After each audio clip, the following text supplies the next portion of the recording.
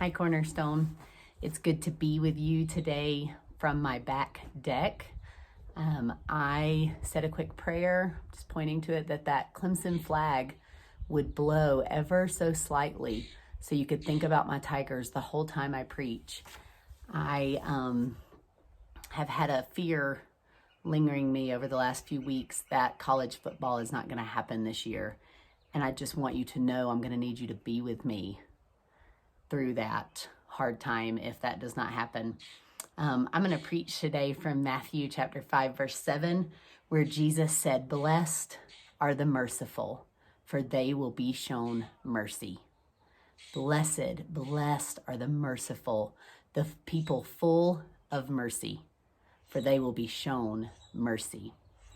As I was thinking about the word mercy and about what mercy means in our life, I immediately thought back to high school soccer.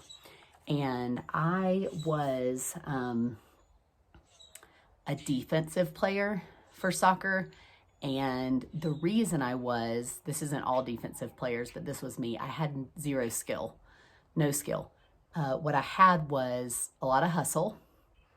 And I had a strategy of like pinching a girl under the arm to get her to move away from me. Not appropriate. But like a pinch and twist of like the skin under your arm. That's so mean, isn't it? And I would do that to get them to move away from me so that I could get the ball. So I was not a great soccer player. Got a lot of yellow cards. And I think no red cards, just yellow cards. But I had no skill, wasn't great. But I did hustle and I played tough. And I remember this one game where we were playing a really, really skilled team. They had a lot of skill and we just couldn't do anything. And we got mercy ruled. Do you know what that is? Maybe in other sports you've had it too, but basically you're losing by 10 at halftime in high school soccer. Then you get mercy ruled, meaning you don't continue the game. And they say that they implement that so that it can lessen the humiliation of the team that's getting beat so bad. But it's not the best name for that, the mercy rule, because yes, it lessens the humiliation of them scoring another 10 goals on you or whatever. But what it doesn't do is lessen humiliation like when it happens. So, hey, you don't even get to play the whole game. You're losing so bad. So I thought of that mercy rule and thought of playing this really skilled team where at halftime we got mercy ruled. And mercy sometimes can be misunderstood, can be something that we don't want to participate in too much, something we might not even want to receive too much. And what it means, as I said before, blessed are the merciful. Blessed are those who are full of mercy. And in that, it's compassion, but it's compassion that moves us to action. So the blend of the feeling of compassion and then the action that it causes us to do to meet a need or to fix something or to relieve pain or misery or suffering from another person because of the compassion we have for their need, that is when it turns into mercy. When the feeling and the action come together, it becomes mercy. When we are being somebody who gives mercy out and who acts in mercy towards someone, the person that we're giving it to does not deserve it, or hasn't asked for it, and we give it anyway. And that's one of the beautiful characteristics of mercy. We were in our small group on Wednesday night and we were asking a little bit about mercy, and somebody brought up the thought of like, what's the difference between grace and mercy? They kind of run together in my head sometimes. And the truth is that grace, this is what our small group came up with, and I think it's a great way to say it. Grace is when we're given what we don't deserve, and mercy is when we're not given what we do deserve. So we're relieved of the punishment or the pain or the suffering. Grace is when we are given what we don't deserve, and mercy is when we are not given what we do deserve. Who are we supposed to be merciful to? Who does mercy reach towards? Mercy is generous to people who have fallen, gentle to people who are weak, and gracious to people who have offended us. It flows to sinners, it flows to sufferers, and in turn to the whole world. So mercy is generous to the fallen, gentle to the weak, and gracious to those who have offended us. Here's something I want to get settled right away. You and I, both of us, all of us, are recipients of the incredible, wonderful, great mercy of our God. It says in Ephesians 2:4, it describes God as being rich in mercy. And the best part about that, about him being rich in mercy, is we know that our God, our Father, our King, is a King who does not withhold his riches, but gives them freely to all who are heirs of the kingdom. He gives mercy to us freely. He does not hoard his mercy. He gives it freely. And so we've received mercy in abundance, and we're in turn to dispense mercy in abundance. We should model and dispense mercy all the time. That should be a characteristic of us. In Micah 6:8, he says there's 3 things that the Lord requires of us that he calls good in us. And one of them is to love mercy. We're to act justly, love mercy, and walk humbly with our God. And in that, it gives us that sense that we're not supposed to begrudgingly be merciful to people.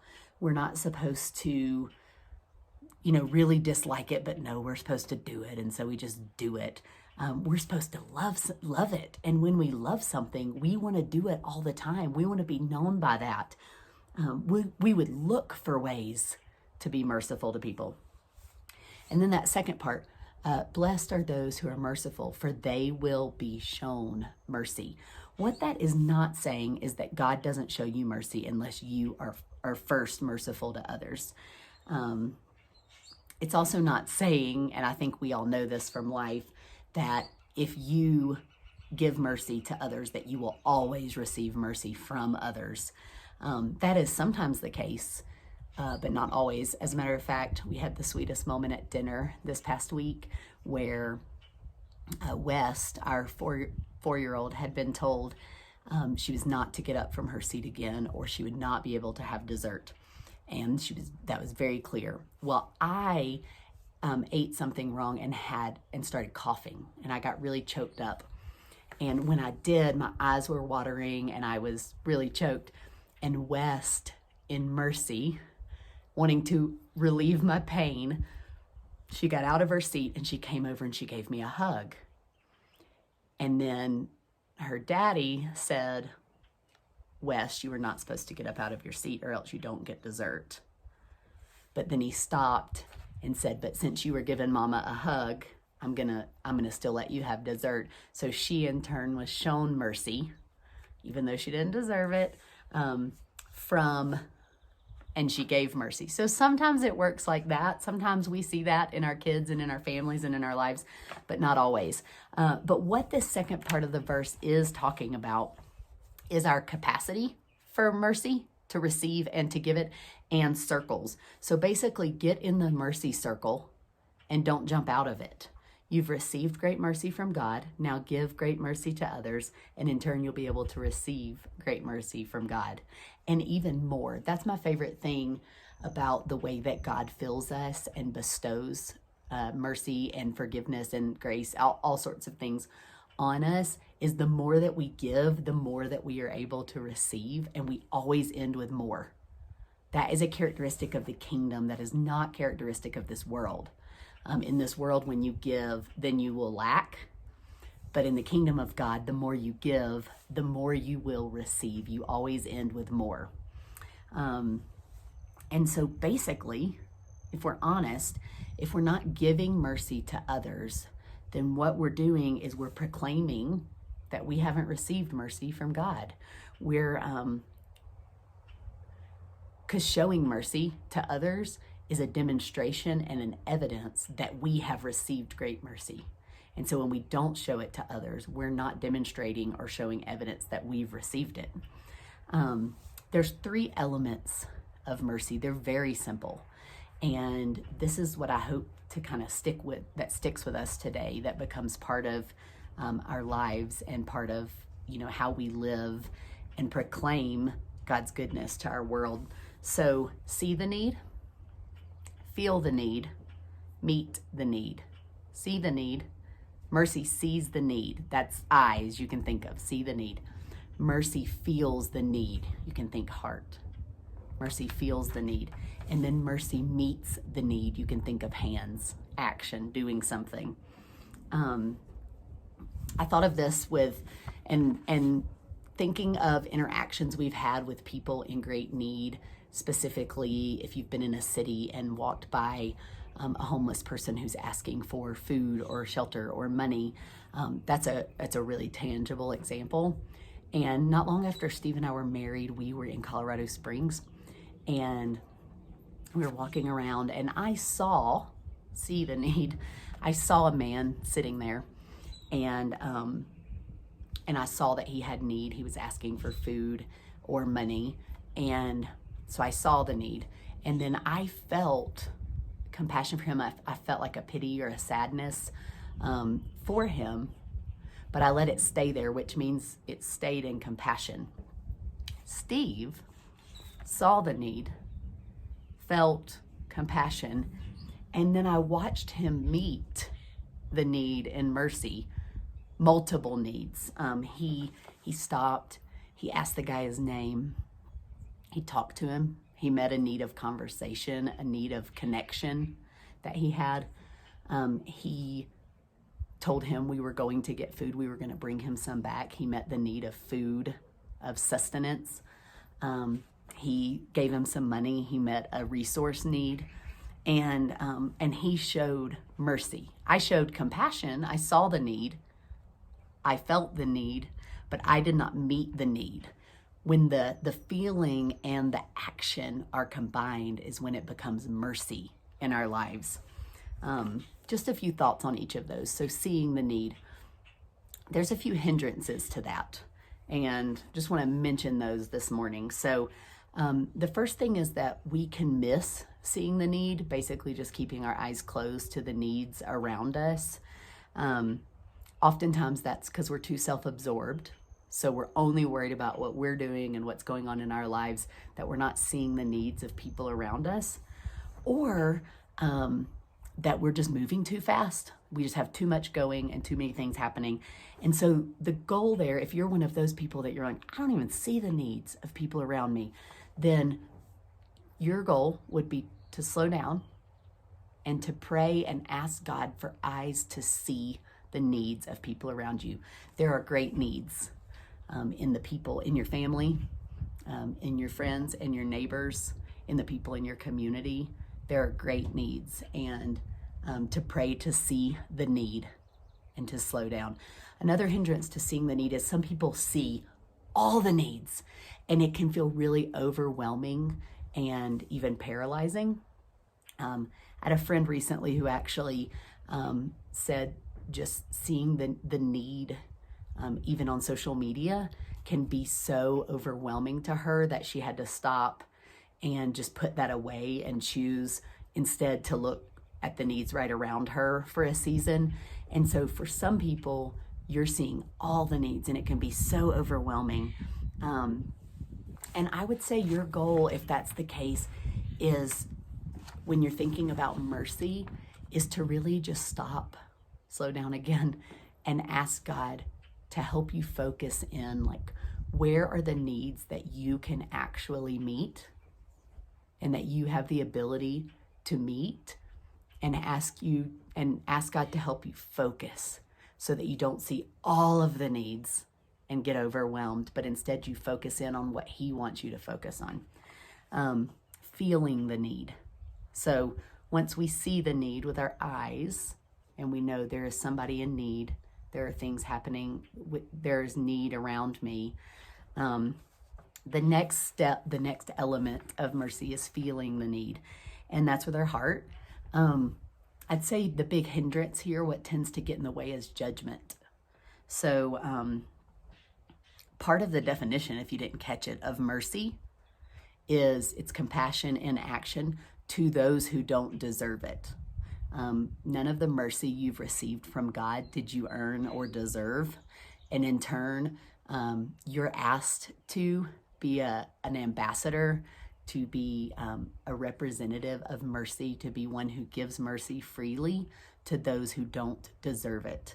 And so sometimes we can find ourselves judging whether somebody, well, maybe they put themselves in that situation that they're in, that suffering that they're in, that need that they have. And so I'm not gonna, they don't need to be helped. They won't learn. And so we tend to judge their situation, why they ended up there, how they're in that fallen state. James 2:13 says it this way: mercy triumphs over judgment. They do not coexist. They don't, mercy and judgment don't shake hands or give each other a hug when they see each other. They don't even socially distance well, but stay in the same room. They don't coexist. There's a battle and mercy wins. Mercy triumphs over judgment. And so when judgment is allowed in, there's no space for mercy. And so we want to choose mercy. One way to look at it is this: you will be able to think your way out of showing mercy to your neighbor. You will be able to think if you choose to think through the judgment and the reasoning and the logic. But if you allow yourself to feel the needs of those around you, you will choose mercy instead of judgment. So see the need and feel the need. And the last one is to meet the need. This is where the rubber hits the road. This is where it truly becomes mercy. When the compassion that you feel for somebody's need, for somebody's suffering, to alleviate somebody's pain, when that compassion is blended with action, it becomes mercy. Some hindrances to the action within mercy would be, as simple as fear. What if I've never done it? I don't know what I'm doing. What if they don't listen, take it? What if they don't even accept it? Some could be selfishness. I don't want to do that. Definitely could be judgment. They don't deserve it. Could be complacency. It's just not the way I've done it. I'm just not going to do it that way. Could even be laziness. I'm just not going to work that hard. But I want to give you just a few actions, a few ways you can show mercy to those around you, that you might become a merciful person. That might become a characteristic that describes you. One is just forgiving mercy. So the type of mercy where we offer forgiveness. Forgiveness, it doesn't have to be, they don't have to earn it. It's the choice. I'm not going to hold this against you anymore. I'm not going to hold this debt. That's a type of mercy. You're in pain or you're suffering, or I'm trying to hold you to that because I'm not offering forgiveness. So I'm going to choose instead, out of mercy, to offer you forgiveness.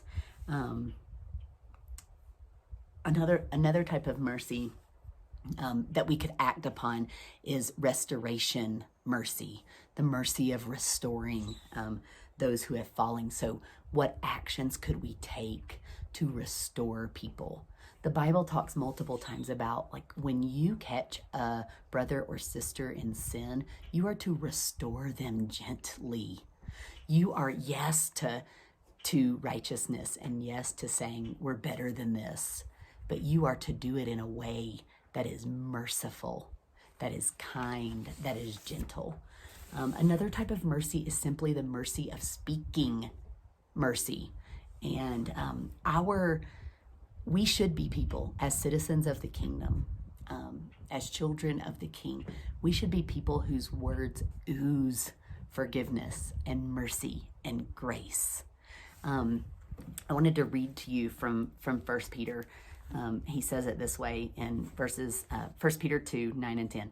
But you are a chosen people, a royal priesthood, a holy nation, a people belonging to God, that you may declare the praises of him who called you out of darkness and into his wonderful light, that you might declare, speak out his praises. But wait, once you were not a people, but now you are a people of God.